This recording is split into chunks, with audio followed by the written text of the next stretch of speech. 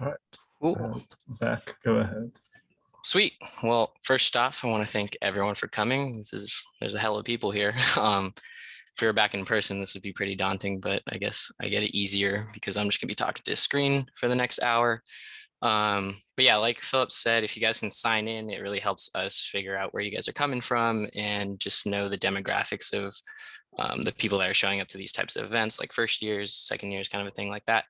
But yeah, so obviously this is my TED Talk-esque, I guess, of how I landed an internship every year. If you guys were in Fade last year, I know I saw some names. I did give this talk in phase 3 towards the end of the year. So if you heard it, this is going to be pretty close to the same thing. But if you missed it, then you get to hear it again. But yeah, cool. So, and appreciate it's not even just ASME people that are showing up here today. We got some people from BMES, racing. So if you guys are from outside orgs, just appreciate you guys coming out. Welcome. You guys are always welcome at all of our events, and we're glad to have you guys here. But cool. Hopefully you guys all signed in because that link's going away, but it's in the chat. Just a quick agenda for today. I'm gonna try and move fast because we only have the hour. So we're just going to touch up on quick disclaimer, talking about my professional background for the context of this talk, the kind of mindset that I have and I had going into college about getting an internship, then touching on quickly how to use your two main resources of your portfolio and resume and how to effectively use it to differentiate yourself from other candidates. And then I just go into the main stuff of the 3 main ways of how I see of getting an internship. And then hopefully if I don't go too much over time, because if I'm rambling and stuff, we'll have some Q&A. But yeah, feel free to also drop your questions in the chat during the thing, or you can just unmute. Hopefully I'll catch it and then can stop. But with that, let's just get right into it. Cool. Just quick disclaimer. These are pretty much, again, my personal opinions and recommendations and I guess experience of what I've experienced in my 4 years at UCLA, looking for an internship each year. I want to say this isn't like ASME at UCLA or national ASME source material. Again, these are just my personal experiences. So disclaimer about that. And then again, I just want to point out that what one person does isn't going to work for everyone. Obviously, internships, there's a lot of factors that are involved and no one method is going to work for everybody, or else everyone would be getting an internship. But I do think learning about as many people's experiences as you can in regards to that topic can really help you and be prepared for whatever challenge you're going to face as you go on that journey yourself. And I think, again, a big thing to point out with this internship hunt that I probably will say a few times during this talk is that luck is involved. It's heavily a factor. And sometimes like you can do everything and it's just not going to work out. And that's okay. Because again, this is just the way life goes. But yeah. And then again, this doesn't cover everything because I could talk for hours, but this is just some of the stuff that I think would be most useful, kind of going into my thought processes of as I like approach a recruiter, how I see certain social interactions with recruiters and things like that, and what I do to kind of gain an edge over everyone else. So yeah, cool. So just quickly, for those that don't know me, my name is Zach. I'm a 4th year mechanical engineering major. This year, I am the president of ASME at UCLA. And then just to quickly go into where I've worked. So after my freshman year summer internship, I worked at Drill Tech Drilling and Shoring. This was just a local engineering company in my hometown that I was lucky enough to get work under and was able to be paid. All these websites are linked under the underlying things. So you guys can check them out for yourself. But Drill Tech just built custom drill rigs for different construction sites and things like that. Sophomore year summer, excuse me. Sophomore year summer, I worked at Dexcom. They are a med device company. They deal with people who have diabetes. They create continuous glucose monitors. These monitors are so that, you know, how people have to prick their finger to check their glucose levels. What a Dexcom CGM does is you attach it to your abdomen and then it continuously tracks your levels so you gain more accurate readings and can prevent spikes and dips more effectively. And then plus you also don't have to prick your finger and draw blood, which kind of sucks for people who hate needles. This past summer, I was working for Cspine. This was in San Diego. It's a surgical implant and instrumentation company. They're awesome. Pretty much they work with surgeons to develop all of the surgical tools and implants that go into the body for every surgery that deals with the spine. So they're the ones making the tools that cut open people and things like that. So they're also really cool. And then for this year, currently I'm going to be joining a little bit different, but it's called J Laser Video. It's a YouTube channel. And pretty much they just do any random invention and stuff that the people want to see. So then they just make it a reality. So yeah. What I did in each of those, for Drill Tech, I was just a general mechanical engineering intern. It was all centered around CAD work.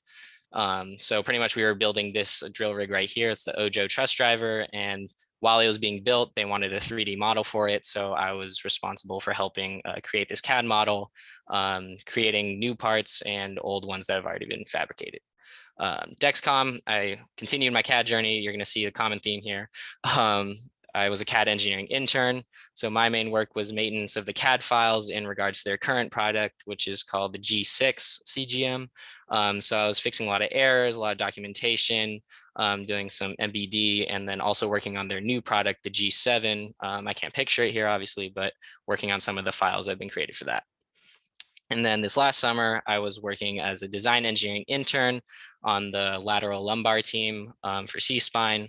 I was responsible for 6 to 7 different surgical tools for this new product line that they're going to come out with. So hopefully in a few years, like the designs that I created will be reality and be going into a person's body and helping them, which I thought was pretty cool for an internship experience.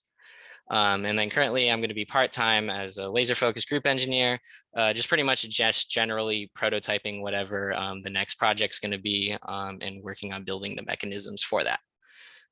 But yeah, so that's just a little bit of background of what I did, just for context for everyone. Oh yeah, this is the C-spine. This was just cool, just seeing like I was able to present my work to the CEO and heads of the company, rapid prototyping. And if you guys, this is just a disclaimer, I just added this photo because I always think it's interesting. If you don't like to see like gross stuff, you don't have to look at this next picture, but I thought it was a cool opportunity that I got to go into the cadaver lab and actually see a body open up and be a part of a surgery. I thought that was a really cool experience. I just thought I'd share that because I always like thinking about that. I got that experience, but yeah, cool. So before we go into a lot of the other things, I just want to talk about the mindset that I've had, and I coined it, I guess, the hustler's mindset. This is kind of the drive and things that I was always thinking about coming into college and the start of each year, kind of what I needed to do and what I was thinking about when I was going for an internship. And pretty much if you know you want an internship, and especially these first 2 years, because freshman and sophomore year, because you don't have as much experience, you have to be ready for the amount of work that is required to be put in. As you can tell, for how long you've been here and trying to find an internship, it's not easy. There's going to be a lot that needs to be done to pull this off, I guess. And so I kind of had this mindset of a hustler, and these 3 definitions for me. A hustler to me is one who's willing to grind to achieve what they want. You got to be willing to put in the work. And it's as simple as that. There's going to be a lot that needs to be done, and you're just going to have to like sit down and do it and grind it out. It's not going to come easy. It's not just going to magically appear and be like 2 seconds, you know. It's going to take a lot of nights of applying and random things like that. The second point I think is the most important one. This is the one that will help you. If you have this mindset, it'll help you outside of just finding an internship. It'll apply to like everywhere in life. But it's one who strives for and actively seeks ways to gain the tiniest of advantage. What that pretty much saying is if an opportunity presents itself, you're going to take it. No matter what. Because if there's an opportunity out there that can like just even give you the possibility of giving you an advantage or moving you towards your goals, a step closer, an inch closer, you're going to be willing to take it and run with it and try it out. Even if it doesn't pan out, you're still willing to do those opportunities and take those chances to just gain a little bit more of an edge against everyone else. Because the way I see it, again, it's securing an internship is all about luck and chance. So why might as well give as much of a percent chance of you winning if the opportunity is there for you and you're able to take it. Why not take it? And then the last one, it's one who understands it's an uphill battle and will take the challenge head on. Especially again, for those first 2 years, you're going to be at an inherent disadvantage because you're going to be competing against people who have more years of experience than you. So you need to understand that and still be willing to close that gap between those people and then again, differentiate yourself from them. To put this into words, again, I came into college not knowing what mechanical engineering was. I had zero experience at all. And then I recognized that, and I knew my goal was that I wanted an internship by the end of my first year. And how do you get an internship? You're going to need experience. So coming into college, I knew I needed to find the clubs and projects that gave me the most hands-on experience as fast as possible. Find those projects that can give me things that I can talk about immediately in fall quarter or in winter quarter in spring. For me, the freshman year, that was the FADE program from ASME, as well as the formula team in Bruin Racing.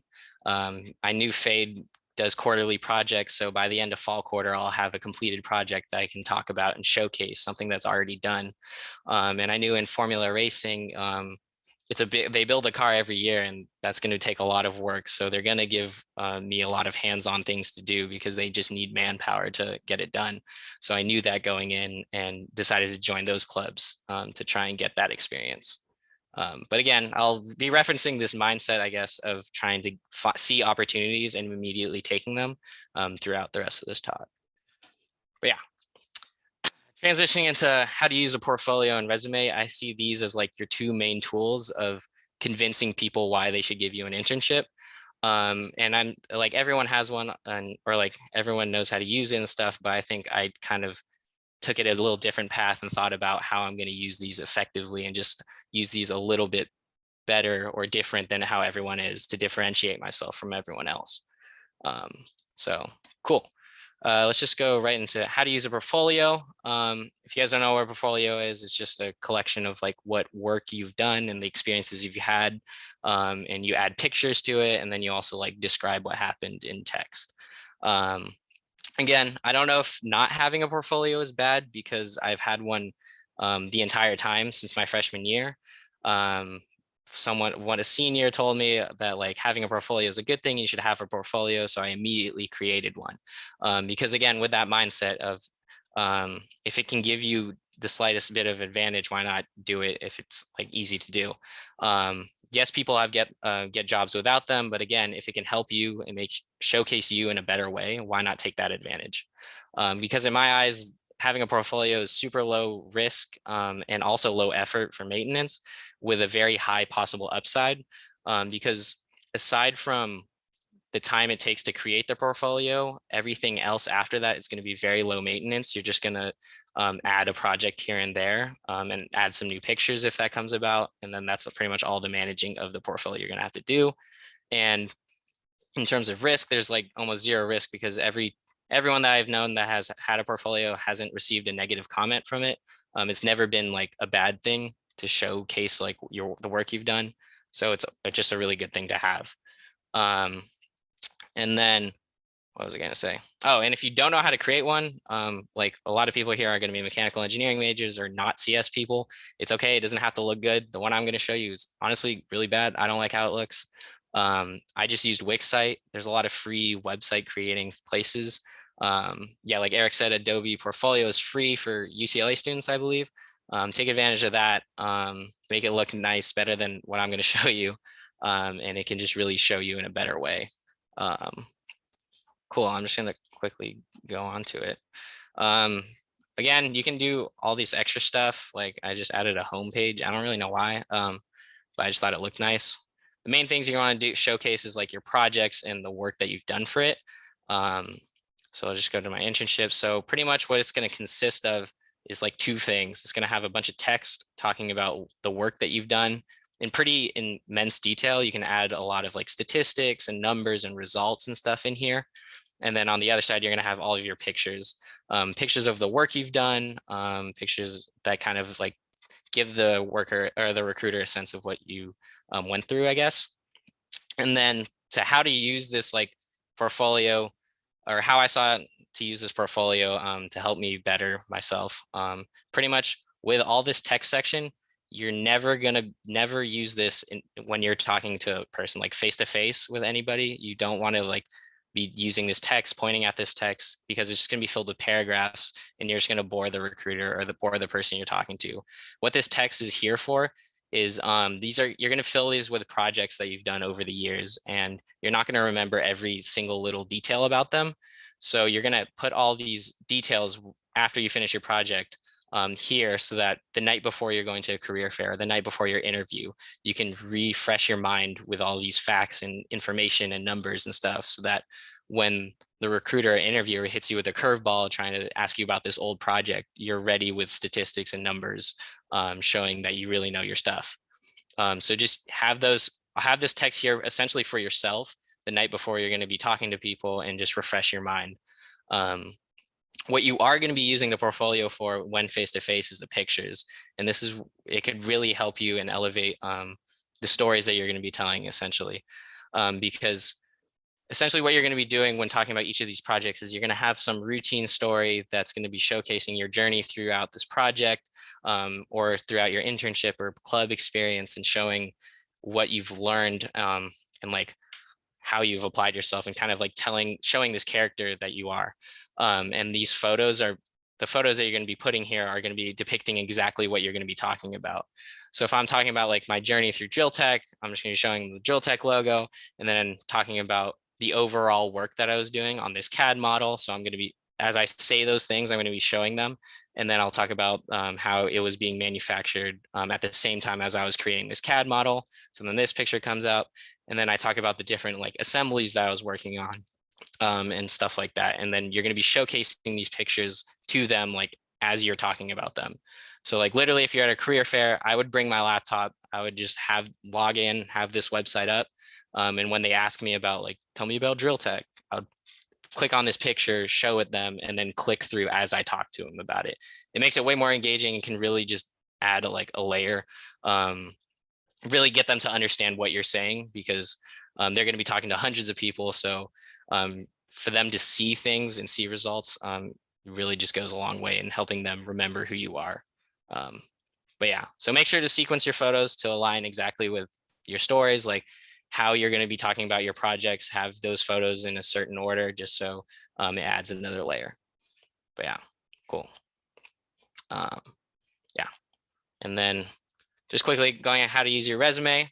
I'm not going to go into how to build a resume. ASME Professional Development does a way better job. I don't think my resume is like amazing or anything. So go to the next resume workshop if you want to know how to like build it, how to do the sub points, how to get the result driven sub points and things like that.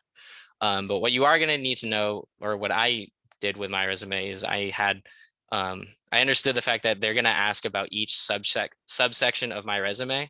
And I knew that each entry needs some routine speech, some anecdotal story that'll kind of like paint the picture of who I am, because you're coming to this recruiter pretty much like as a complete stranger. They have no idea who you are. They don't know your personality, what makes you interesting or anything like that.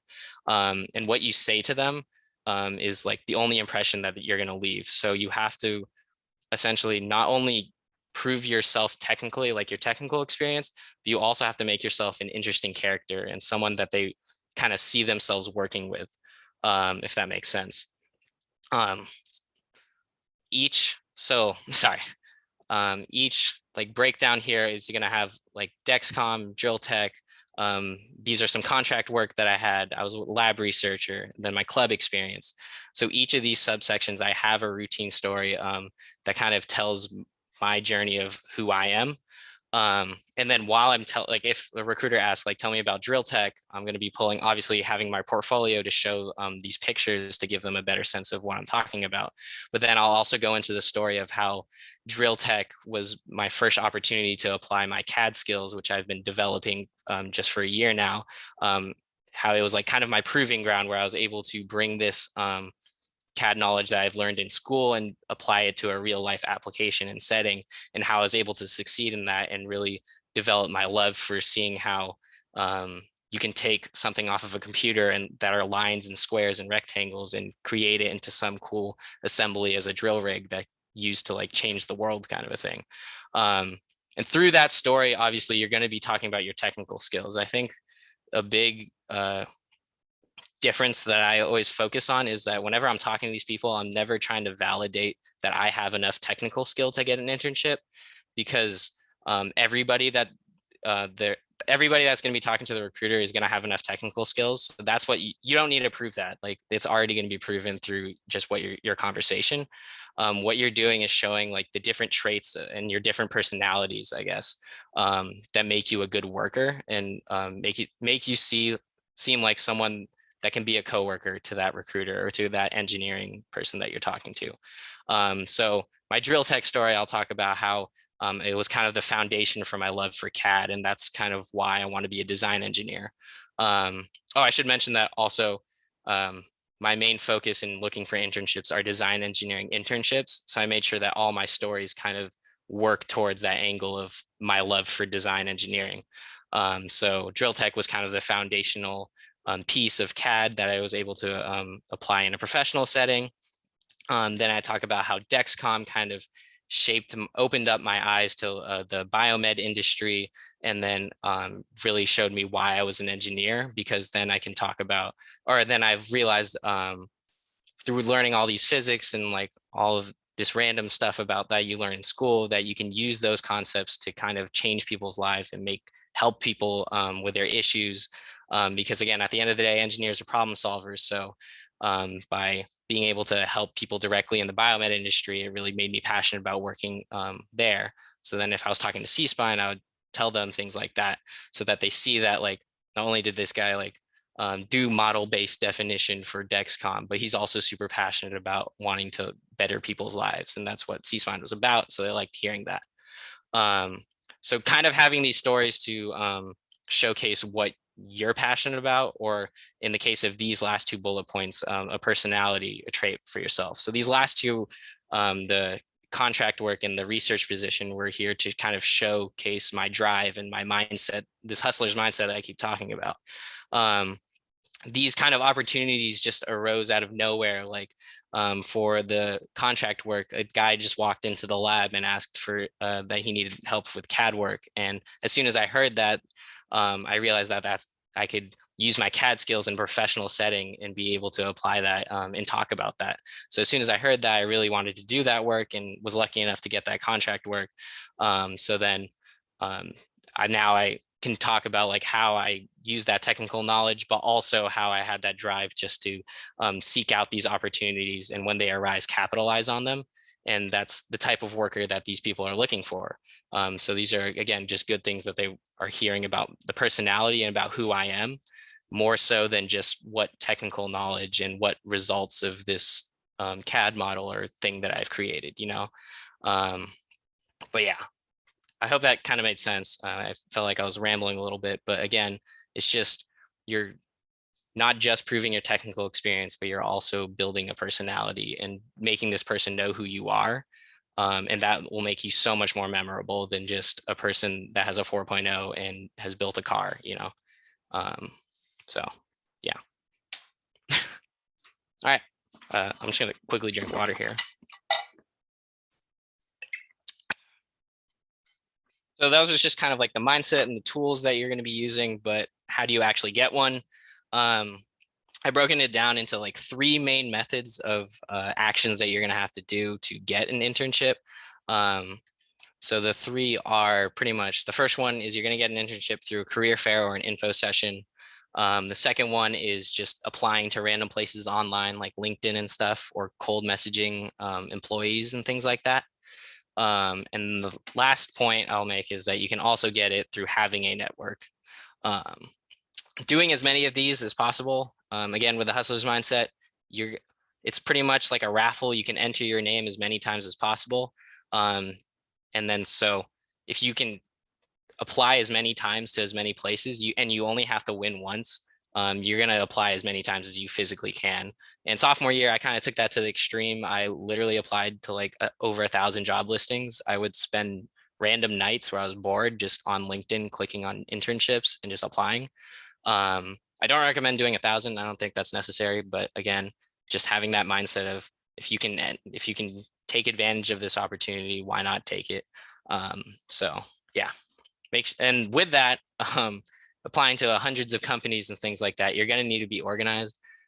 Me, myself, I'm really not an organized person, but for this goal, I made sure to try and stay as organized as possible. So I had a spreadsheet for companies, for a list of all the companies I was applying to, also threw in just random emails I was able to get or career websites.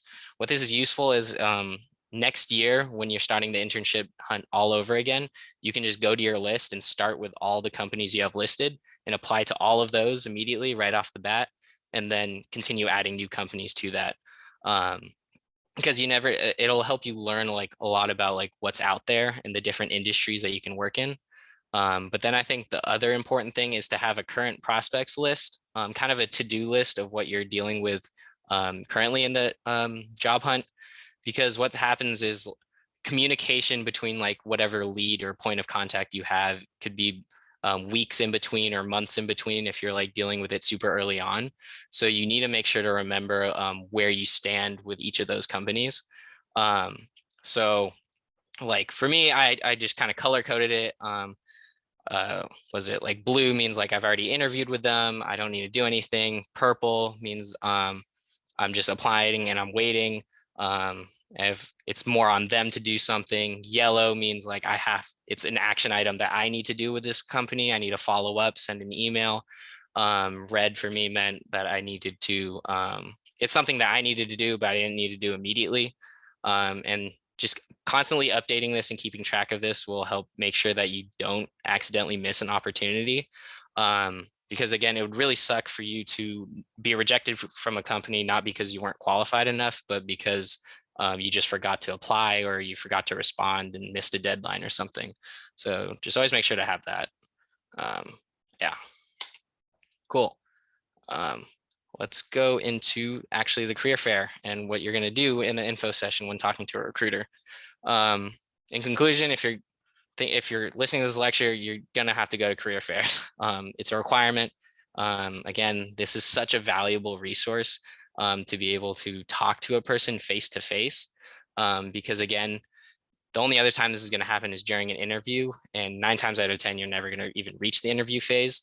And what's so amazing and special about having a conversation with a recruiter is that you're able to control the conversation. You have the power, I guess, to show them who you are. It's not just like your resume speaking for you.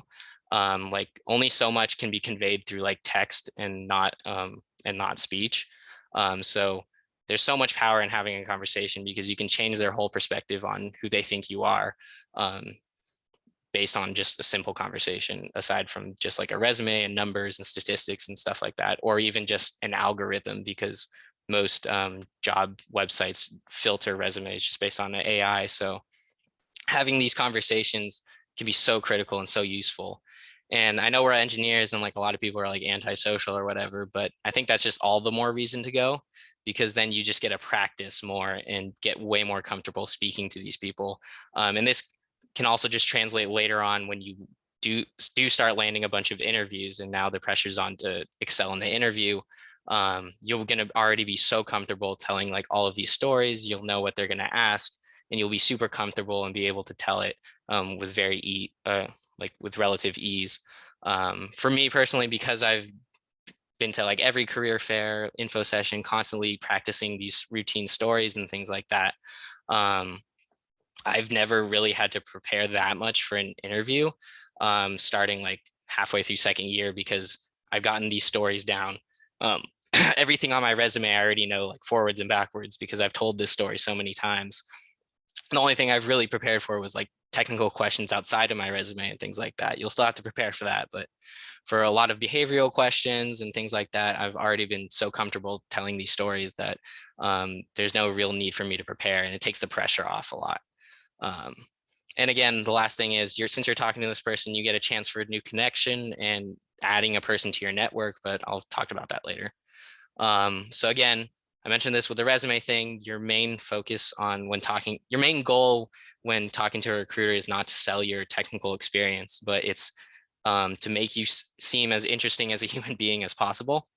And you're doing that through each of the stories you're telling. It adds a layer to this person that you're sharing with this recruiter.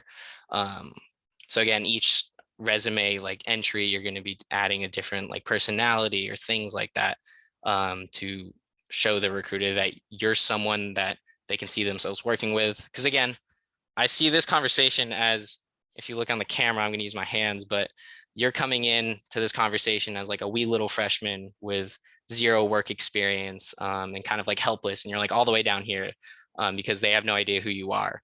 And then they're coming in as like the big bad like recruiting person that has all the power in this conversation. So this currently, when you approach them, you're just kind of like preaching to them and like praying that they give you a job. So you're like kind of talking up to them. It's not really an equal conversation. So what your goal here is to do is kind of like with each story that you're telling is you're adding a layer to your character and making yourself seem more and more like you're an equivalent person to that recruiter.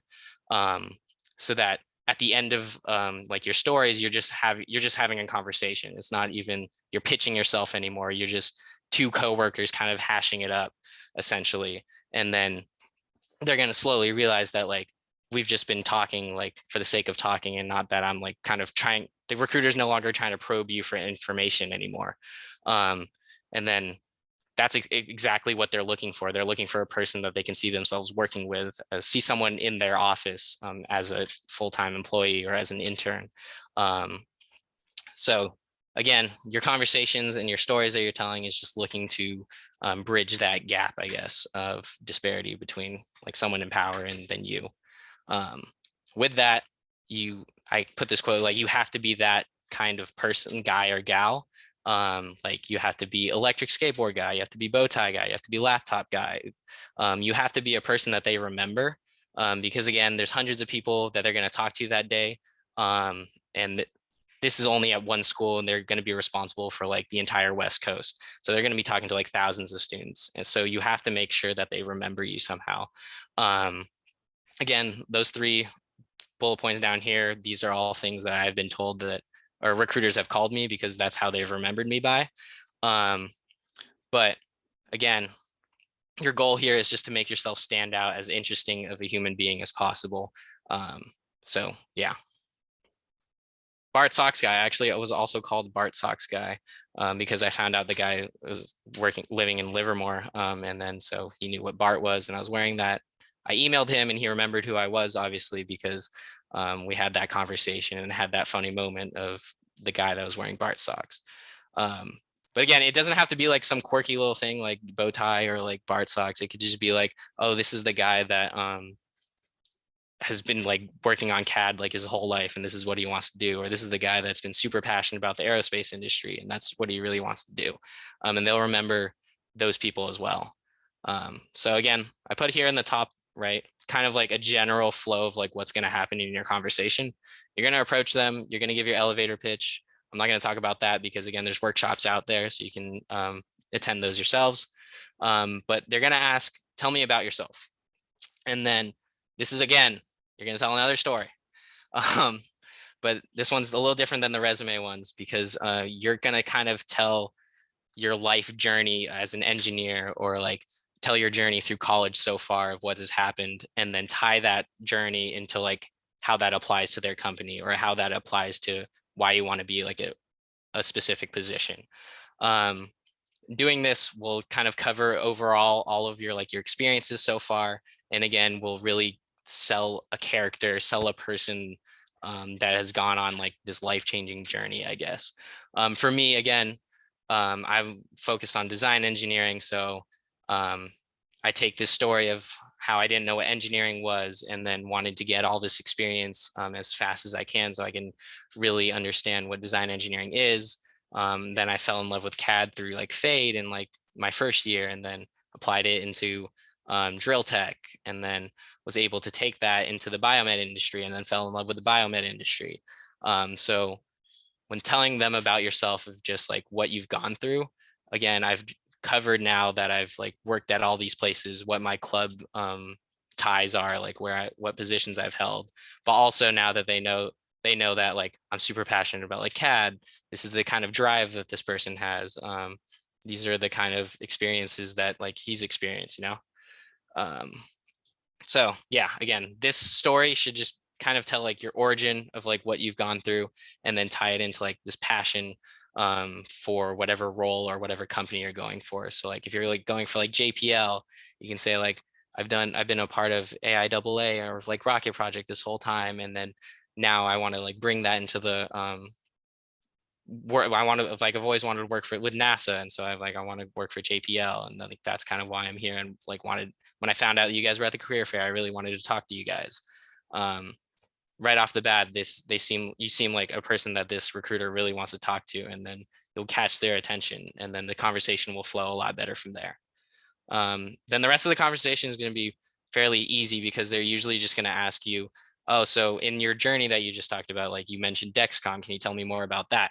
And you're going to already be prepared with that story that we just talked about with the resume. You're going to pull out your portfolio with all the pictures and stuff, and then you're going to knock that story out. You're going to get them laughing or something like that. And then you're just going to do that again and again for whatever they ask on your resume.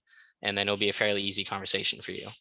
And then lastly, the outside of the resume things, what they're usually going to ask is, why do you want to work at this company, or what do you want to know about, or what do you already know about this company?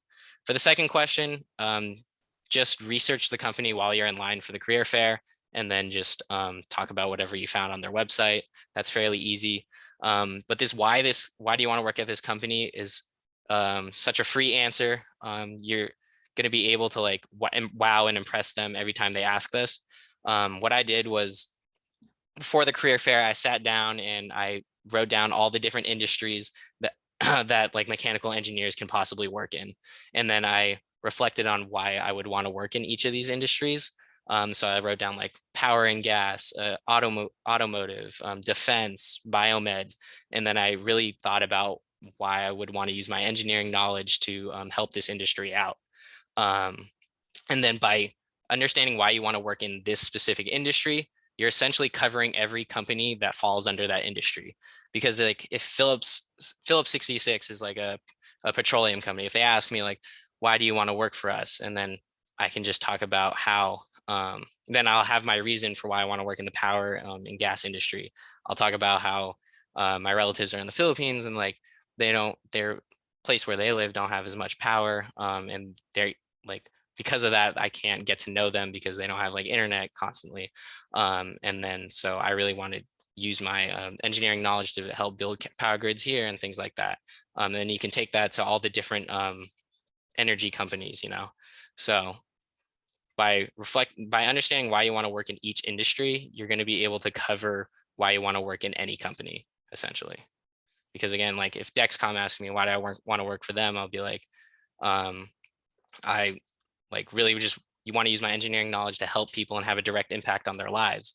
Then I can go next door to the booth of Medtronic, and they're going to ask me, why do you want to work in Medtronic? And I can give them that same answer, because that's the truth. That's why I wanted to work in the biomed industry. But yeah, so this question is actually really easy. As long as you're prepared for it, then you can always knock it out of the park and really impress the recruiter. But again, at the end of your conversation, you should be getting their email. 100% always ask, no matter how awkward it is, just always ask, can I get your email, or do you have a card or anything like that? And I'll cover why in a second. But real quick on info sessions, the actual info session itself is just good to understand what the company is, and all the tidbits and little things that you can kind of pick up on if it interests you, and then use that as a callback later during your conversation.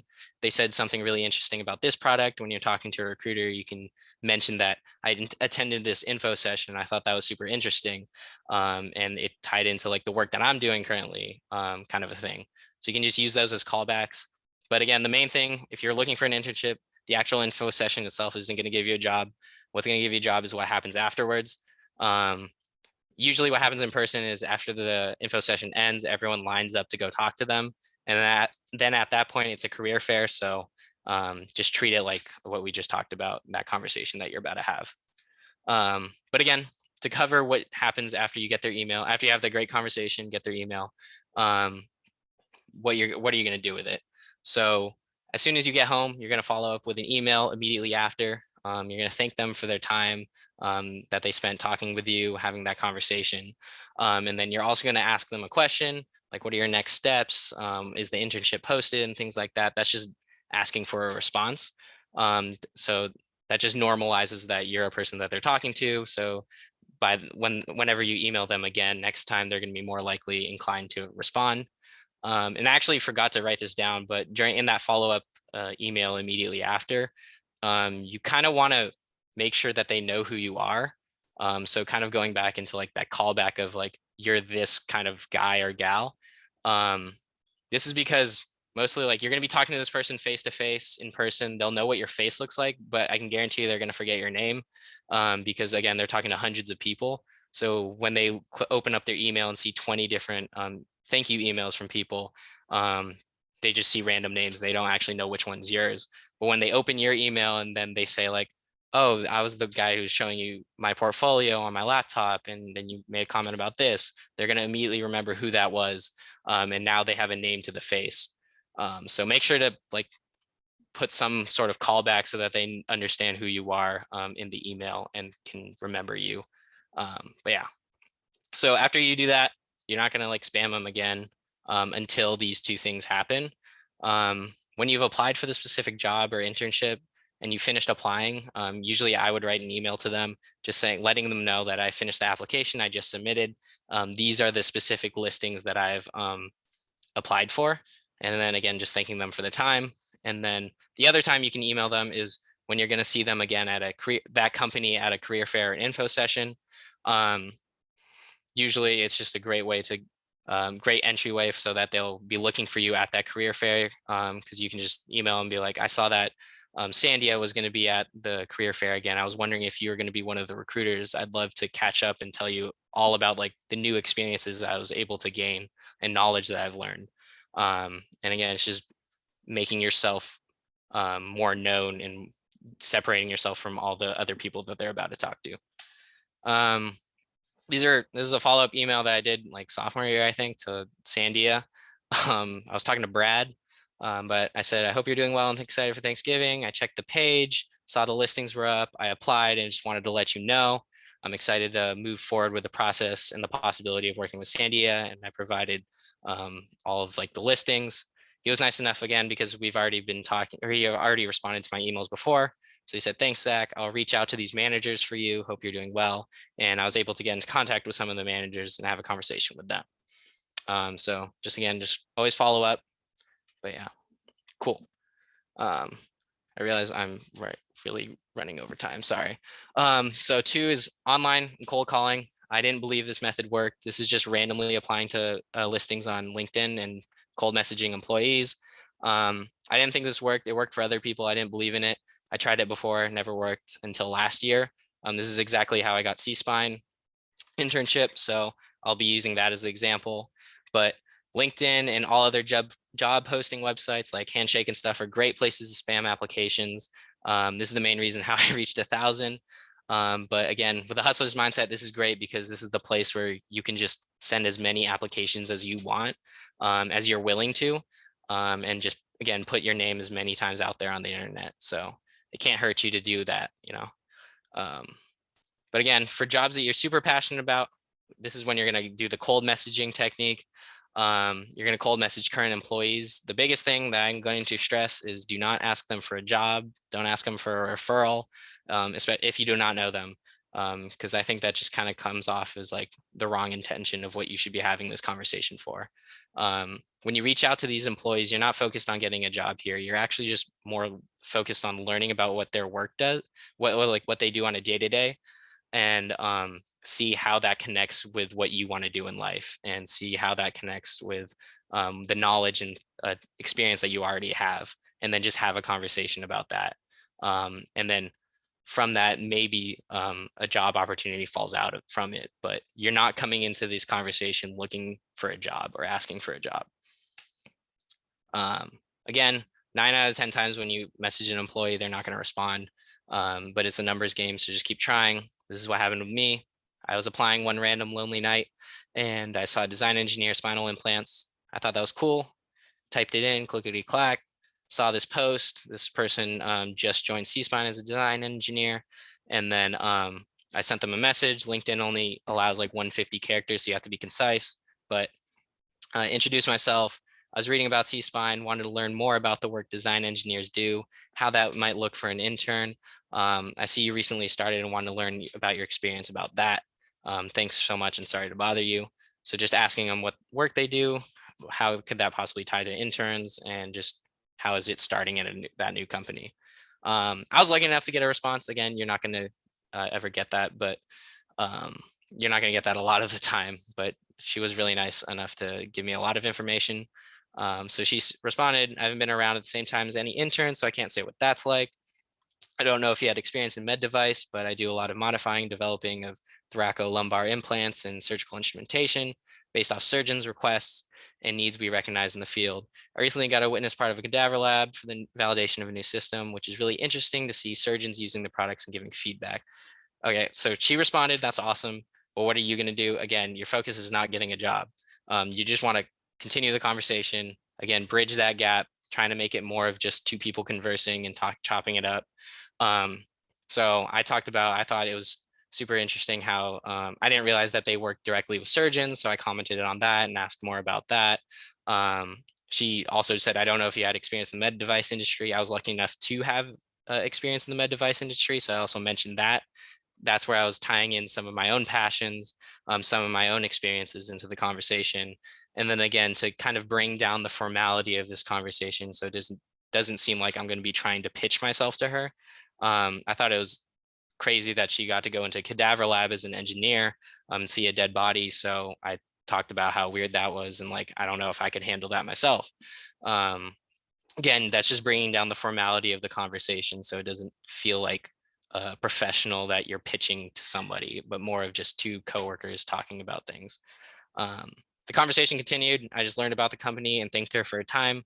And then I did just mention that I applied for the internship. So I was really grateful to learn about like what life could be like if I was able to get that opportunity. I didn't ask for a referral. I didn't ask for help for anything or anything like that. And once that conversation ended, 2 days after that, I received an email to interview.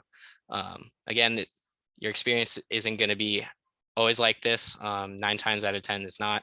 I found that smaller companies, this method will work a lot more and you'll probably get a lot more response. Bigger companies, it's just not in whoever you're messaging's power to help you or anything like that. But yeah, so I think smaller companies are the way to go if you're going to be cold messaging. But yeah, last thing, because I have like 9 minutes left, having a network. I stress that I said having and not like using your network, because just of how like life is going to give you opportunities, but I'll explain that in a sec. So who comprises of your network? Teachers, advisors, bosses, coworkers, peers, friends, graduating seniors in your orgs that you built a relationship with. I'm graduating if you didn't know. Recruiters from career fairs, info sessions, employees you've cold messaged in the past, friends and family, but also friends and family of those friends and family. Essentially, I listed all those just so you guys can start thinking about that. Possible people to reach out to, but anyone you cross paths with in life can help you. So I kind of stress the importance of being a genuinely kind person to everyone here. Because again, if you just meet these people for like a short part of your life, and if every interaction that you've had with that person is good, if they're in a position to help you, they're going to remember that and be more willing to reach out and lend a hand. So again, just be a good person. I think this is the main part of having a network of what I'm going to stress. But what can they do for you? There's three things. Obviously, the second point is they can refer you to their current and old companies. It's not a guarantee, but it helps land an interview. If they can't refer you to their company, they can also just let you know what recruiters are specifically looking for, since they've went through the process themselves if they're working there. So then knowing that knowledge, you can gear your resumes, but also gear your stories to showing how your values align with theirs. And it'll just give you that slight edge by just already having a prepared resume and prepared stories in that sense. But then also they can give you opportunities to gain professional experience in the non-traditional sense of not an internship.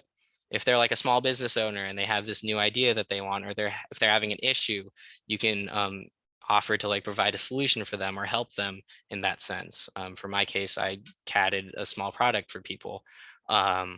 If they work in a lab and they seem like very overwhelmed, you can offer to help them for a short period of time and just help offload that work that they're doing, just so that you can gain a little bit of professional experience and then they don't have to deal with all of that themselves. But yeah, so again, having a network and seeing how opportunities can fall from it is kind of a very vague thing that I'm talking about. So I just thought about all the times that like the people in my lives have provided me with opportunities, just so that you can kind of see like how having a network can work in your favor in terms of the job experience. So just randomly, I knew I had a CS family friend that was around my age. She like recently graduated and started working in a defense company. I found that out, and I just thought to ask, like, do they have an intern program? What are your like if and inquiring about that, and she was able to provide me with like a referral and stuff like that, which was nice. I had a family friend that was an Apple recruiter.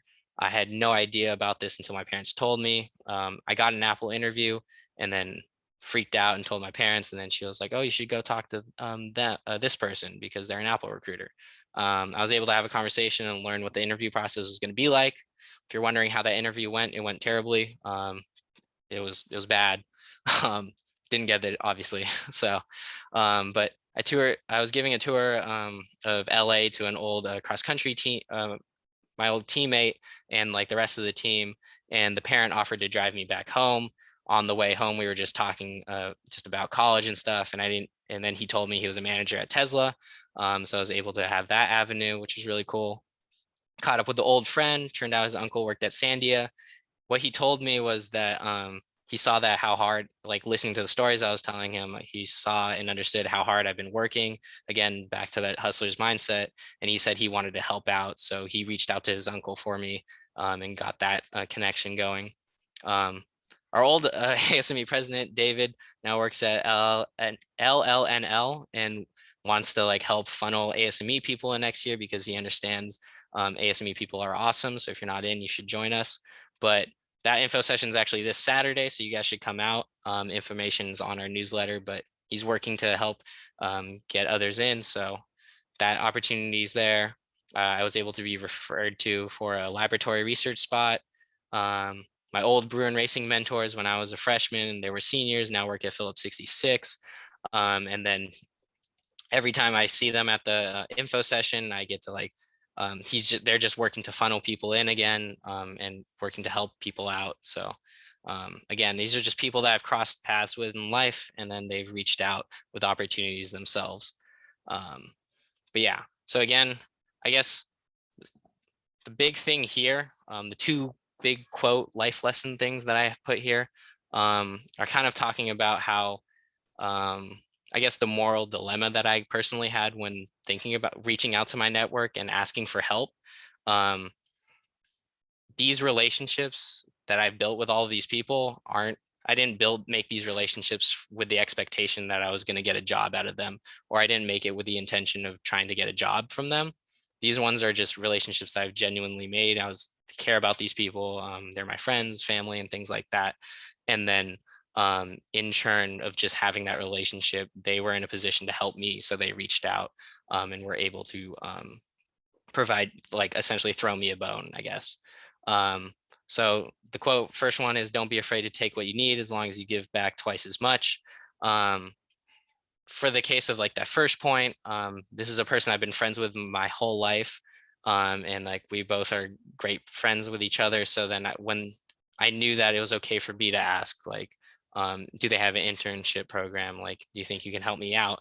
Because this relationship that I had was truly genuine, and like we both sides know that like we're just there to because we care about each other. You know, it's not like I'm gonna befriend this person so that I can get a job out of them. You know, don't do that. That's terrible. Like that's bad. Um, just be genuinely interested in people's lives. Be a genuinely good person, and I think life will just give you opportunities back.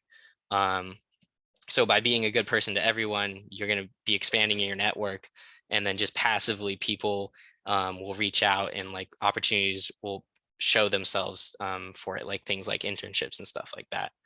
um, the second quote um, is technically okay, it's like technically a religious quote, but it's not about Jesus or God or anything, so I'm not trying to like preach at you or anything like that, but it's just a quote that I like to live by, and like I think is a really good quote. But it just talks about, let us not become weary in doing good, for at the proper time we will reap a harvest if we do not give up. Again, this is just summarizing everything I've been talking about. If you're a genuinely good, kind person to everyone and those around you, good things will happen to you back. Life will just throw you a bone. Opportunities will fall out of it just randomly at random times. It just so couple that with the hustler's mindset of, if an opportunity presents itself, that you're going to capitalize on it. Make sure to do that. But yeah, so because of all these people that have like cross paths it with in life, um, they were able just to like be in a position to help me out and chose to do that, and I'm grateful for that. But again, I think it's in part of because like I was just focused on being a good person to those around me, you know. So try and do that. um, it is 1 minute left, so things to remember. Luck plays a huge role, so sometimes it just isn't going to work out. It's okay if you don't achieve your goals, because you've probably learned and grown as a human outside of that. So be proud of all the work that you've put in, even if it doesn't work out. I will say with all of this knowledge and stuff that I've tried to employ and like trick my way into, I guess, an internship, I only got all of my internships in spring, which is very last second. So again, not everything's going to work, and not everything's going to work for everybody. So, you know, um, these were all very last minute, and joining all these technical projects and expanding my network, being a very sociable person, wasn't like, I didn't want to make it seem like I'm a perfect person. I don't have a 4.0 or anything like that. Um, I was able to do all these technical projects and stuff because I was sacrificing my grades. Freshman year and sophomore year, my grades were really bad. So um, don't think like that I was able to do everything. No one's perfect. So remember that. But yeah, um, with that, that's pretty much it. Make sure to sign in. I rambled on. It's 8:01, so if you have to leave, you can. Make sure to sign in to get the slides and stuff like that. Our information are on here. Here's our link tree. Announcements. Speaking of internships, we are also in contact with some of these companies listed here. Rainy Therapeutics, Heirloom Carbon Technologies. Again, Lawrence Livermore National Labs. That info session is going to be a ton of fun. Our former president's giving it, and he's a great talk. So make sure to come out for that. It's going to be a great time. But yeah, with that, I think the recording is going to be emailed out to everyone that signed in, I believe. I think that's how it's going to work. So if you signed in, you should be good. But other than that, thanks for listening to me ramble on for an hour, I guess. If you guys have any questions, let me know. But yeah, that's about it.